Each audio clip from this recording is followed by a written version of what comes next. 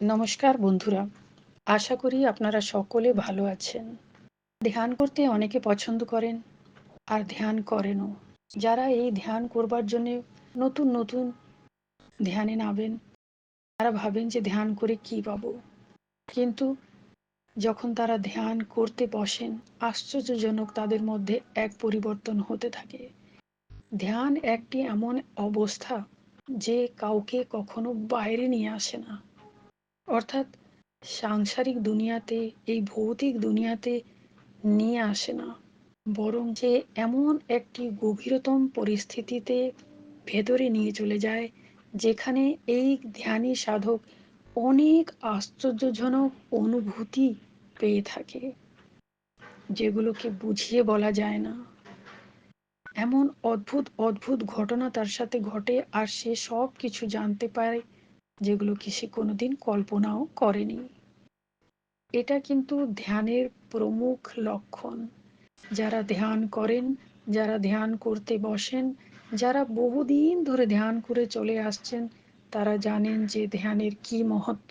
এখন কথা হচ্ছে যে সাধারণ মানুষের তো একটাই উদ্দেশ্য, একটাই ইচ্ছে থাকে যে যদি যাও কিছু করি না কেন, তো বদলে কি পাবো। এটা মানুষের একটা স্বাভাবিক চিন্তাধারা। যদি কিছু লাভ আছে, যদি কিছু পাবো তবেই গিয়ে করবো। ইভেন যদি ঘুমাবো তো তাতে কি লাভ আছে। তো এই যে ধ্যান একটি এমন ইচ্ছা শক্তি, যে ললিপপের মতন, যতক্ষণ তাকে না খাওয়া হয়, তাকে না বোঝা হয়, ততক্ষণ এর বিষয়ে কতই বই পড়ে নেওয়া হোক, কতই প্রবচন শোনা হোক, কিছুই লাভ পাওয়া যাবে না বা তার কোনো কাজ হবে না। কিন্তু যখন ধ্যানে কেউ সাধক নামে, কোনো ভালো গুরুর সাহায্যে কেউ যদি ধ্যানে নামে, তবে গিয়ে সে এমন রহস্যের কথা জানতে পারে জীবনে সে কোনোদিন ভাবেনি যে এই সব ঘটনাও তার সাথে ঘটবে। এখন কথা হচ্ছে যে ধ্যান করতে করতে এক সাধক অনেক সময় ভাবে যে আমি তো এতদিন ধ্যান করলাম, আমি কি করে বুঝবো যে আমার মধ্যে কোনো শক্তি জাগৃত হচ্ছে। আমি আমার প্রায় ভিডিওগুলোতে সূক্ষ্ম শক্তি, অদৃশ্য শক্তি, অলৌকিক শক্তি এদের কথা বলে থাকি, যাদেরকে আমরা কখনো দেখতে পাই না, কিন্তু তারা আমাদের সাথে সব সময় থাকে।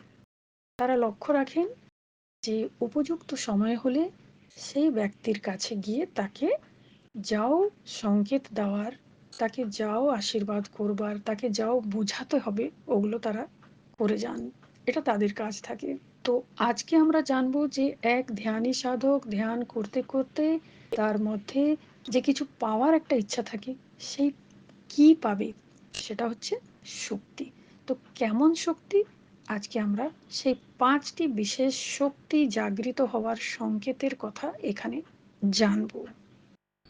প্রথমটি হচ্ছে, যদি কোনো ধ্যানী সাধক ধ্যান অবস্থাতে বা স্বপ্নে, রাত্রে যখন সে ঘুমোয়, তো স্বপ্নে 2 দিন 4 দিন ছেড়ে ছেড়ে কোনো দেব দর্শন করে, ঈশ্বর দর্শন করে, মন্দিরকে দেখে, গরু বাছুর দেখতে পায়, গরুর রং ধবধবে সাদা যদি হয়, বা কোনো কলস, সুন্দর সাজানো কলস দেখতে পায়, বা দিব্য জ্যোতি দেখতে পায়, আগুন দেখতে পায়, রাজমহল দেখতে পায়, নদী দেখতে পায়, গাছ দেখতে পায়, তো ভাবতে হবে তার মধ্যে এক বিশেষ শক্তি জাগৃত হতে চলেছে। এই স্বপ্নগুলো, এই দৃশ্যগুলো অতি শুভ সংকেত, যে এক সাধককে ক্রমশ এগিয়ে নিয়ে যাওয়ার জন্যে তার মধ্যে প্রবেশ করছে। আমি আমার ভিডিওগুলোতে প্রায় বলি যে ব্রহ্মাণ্ডে যা শক্তি আছে, সেই সব কিছু আমাদের এই দেহরূপী পিণ্ডেও আছে। এখন যত পর্যন্ত আমাদের দেহের রূপে এই সুপ্ত হয়ে থাকা শক্তিকে আমরা না জাগাবো, তত পর্যন্ত কিন্তু এই জীবনের কোনো অর্থ নেই। সোজাসুজি জন্ম নিয়ে খেয়ে দিয়ে হেসে খেলে দুঃখ সুখে দিন কাটিয়ে আবার ফিরে যেতে হবে। তো এটা কি ভালো লাগে? এক মানুষের জীবনের তাহলে অর্থ কি? যদি এই পৃথিবীতে এসেছি, তো কিছু তো কাজ করতে হবে, কিছু ভালো কাজ করতে হবে। ঠিক আছে, হয়তো অনেকের জন্য না করা যেতে পারা যায়, 2-10 জনের জন্য তো করতে পারা যায়। আর তাও যদি না করতে পারা যায়, তো নিজের কাছে নিজের মনকে সুন্দর বানানোর জন্য তো চেষ্টা করতে পারা যায়। যত পর্যন্ত কোনো শক্তি আপনাকে সাহায্য না করবে বা ধ্যানী সাধককে সাহায্য না করবে, তত পর্যন্ত এই কিছুই উপলব্ধ হয় না। নাম্বার 2, স্বপ্নে যদি কোনো দিব্য আত্মাকে দেখতে পাওয়া যায়। এখন দিব্য আত্মা কি হয়? যেমন কোনো এমন সাধু সন্ত যারা সশরীরে এই পৃথিবীতে নেই, কিন্তু তাদের আত্মা আজও মন্ত্র জপ করছে, আজও সূক্ষ্ম রূপে এই পৃথিবীকে আশীর্বাদ করছে। আমি তো বলবো যে আজও আমাদের দেশে যাই ঘটনা ঘটুক না কেন, তারপরেও যে আমরা একটু শান্তিতে আছি, একটু ভালো অবস্থায় আছি, তার কারণ হচ্ছে দিব্য আত্মাদের আশীর্বাদ। এই দিব্য আত্মাদের দর্শন করতে অনেকে হিমালয়ে ছুটে যান। এই দিব্য আত্মারা সেখানে বসেই অদৃশ্য রূপে মানুষের কল্যাণের জন্যে, জনকল্যাণের জন্যে এই পৃথিবীকে, আর আমি তো বলবো আমাদের ভারতবর্ষকে সব সময় লক্ষ্য রাখছেন, আশীর্বাদ করছেন। আমরা মানুষই এমন যে লোভে পড়ে স্বার্থবশত অনেক খারাপ কাজ করি, কিন্তু তারা সব সময় আমাদের রক্ষা করবার জন্য চেষ্টা করে চলেছেন। নাম্বার 3, হ্যাঁ, তো এই ধরনের যদি দিব্য আত্মাদের দর্শন হয়, সাধু সন্তদের দর্শন হয়, তখনও বুঝতে হবে যে আপনার মধ্যে কোনো শুভ শক্তি জন্ম নিচ্ছে। সে আপনাকে অনেক আগে নিয়ে যাবে। কোথায় নিয়ে যাবে সে তো ধ্যানেই আপনি বুঝতে পারবেন। তবে হ্যাঁ, আমি জানি যে জীবনের অনেক উচ্চতম পরিস্থিতিতে সে নিয়ে যাবে, যেখানে আপনি গিয়ে ভাববেন যে আমার জীবনের আসল উদ্দেশ্য এই ছিল। নাম্বার 3, অনেক সময় এটা দেখা যায় যে আপনি ধ্যান করছেন বা রাত্রে ঘুমিয়ে আছেন, তো আপনার কাছ দিয়ে একটি অতি সুন্দর অদ্ভুত সুগন্ধ যেন বেরিয়ে গেল। সেই সুগন্ধ আপনি পূর্বে কিন্তু কখনো পাননি। সেটা না তো কোনো ধূপকাঠির সুগন্ধ, না তো কোনো আতরের সুগন্ধ, সে এক দিব্য সুগন্ধ। তখন বুঝতে হবে যে কোনো দিব্য আত্মা আপনার আশেপাশে ছিল, যে আস্তে করে বেরিয়ে গেল। আসলে এই দিব্য শক্তিরা সাধককে সব সময় কিন্তু ওয়াচ করেন। তারা দেখেন যে এর মধ্যে সেই যোগ্যতাটা যখন হবে, আমি তাদের কিছু দেব। কি দেব? শক্তি, এমন শক্তি যার ফলে সে কিছু ভালো কাজ করতে পারে, তার নিজের জীবনকেই অন্তত সে ঠিক করে নিতে পারে, শুধরে দিতে পারে। তো যখন এইরকম সুগন্ধ পাওয়া যায়, তখনও বুঝতে হবে যে সূক্ষ্ম শক্তিদের, পরমপিতা পরমেশ্বরের আশীর্বাদ আপনার উপর রয়েছে। কিন্তু শুধু আশীর্বাদ নিলে কি হবে? এখানে কিন্তু জিনিসটাকে বুঝতে হবে। যেমন রাত্রে যদি ঘুমিয়ে আছেন, খুব গভীর ঘুমে ঘুমিয়ে আছেন, আর সেই সময় এই দিব্য শক্তি যখন সুগন্ধ আপনার নাকের কাছে নিয়ে আসে, তো আপনি তো বুঝতেই পারবেন না, কেননা সাধক তখন ঘুমোচ্ছে। তো এই দিব্য শক্তিরা তখন কি করে জানেন? আপনার নাকের ঠিক সেই নস্ট্রিলের আশেপাশে আস্তে আস্তে করে সুগন্ধটাকে ঘোরাতে থাকে। আপনার মনে হবে যেন কোনো তুলো ঘুরছে। যেমন তুলোকে নিয়ে যদি নাকের চারপাশে হালকা হালকা করে যদি ঘোরানো হয়, বা কোনো পাখির পালককে নিয়ে যদি নাকের চারপাশে হালকা হালকা করে ঘোরানো হয়, তো যেরকম একটা ফিলিং হয়, যেরকম আমরা অনুভব করি, ঠিক সেই রকম আপনাকে সেই সুগন্ধরও স্পর্শ হয়। আপনি ভেবে দেখুন আমি কি বলছি।